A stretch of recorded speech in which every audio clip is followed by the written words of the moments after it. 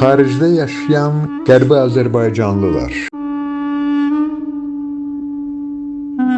Əziz nəvəm, sən bu sətirləri oxuyanda bəlkə də pəncərənin arxasında başqa bir şəhərin işıqları yanacaq.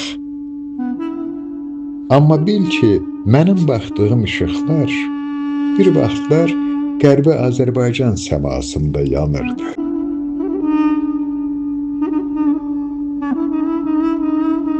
Bizim kəndimiz Göyçə gölünün sahilində idi. Səhərlər suyun üzərində günəş elə doğardı ki, sanki Allah torpağı qızıl rəngə boyayardı. Biz torpağı sevərdik, o da bizi qoruyardı. Sonra bir gün getməli olduq. Qapını örtəndə geri baxmadım. Çünki ürəyim orada qaldı. İndi sən o yerləri görməsən də unutma. Bizim vətənimiz yalnız yaşadığımız yer deyil, xatırladığımız yerdir.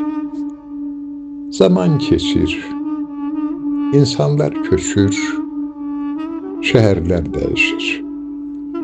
Amma bəzi şeylər dəyişmir.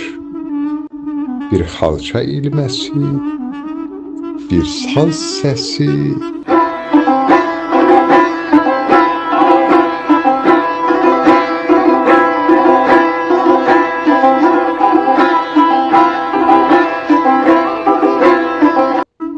bir ana nəsihəti və bir də heç vaxt unudulmayan bir ad, Qərbi Azərbaycan.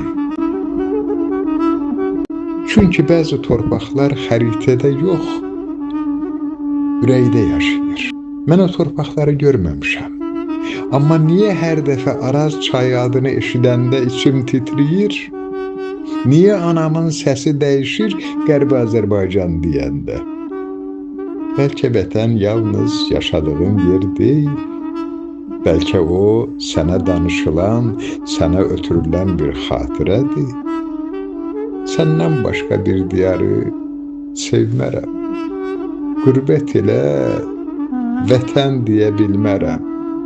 Öz dərdimi özgələrlə bölmərəm. Doğma anam Azərbaycan, ey vətən.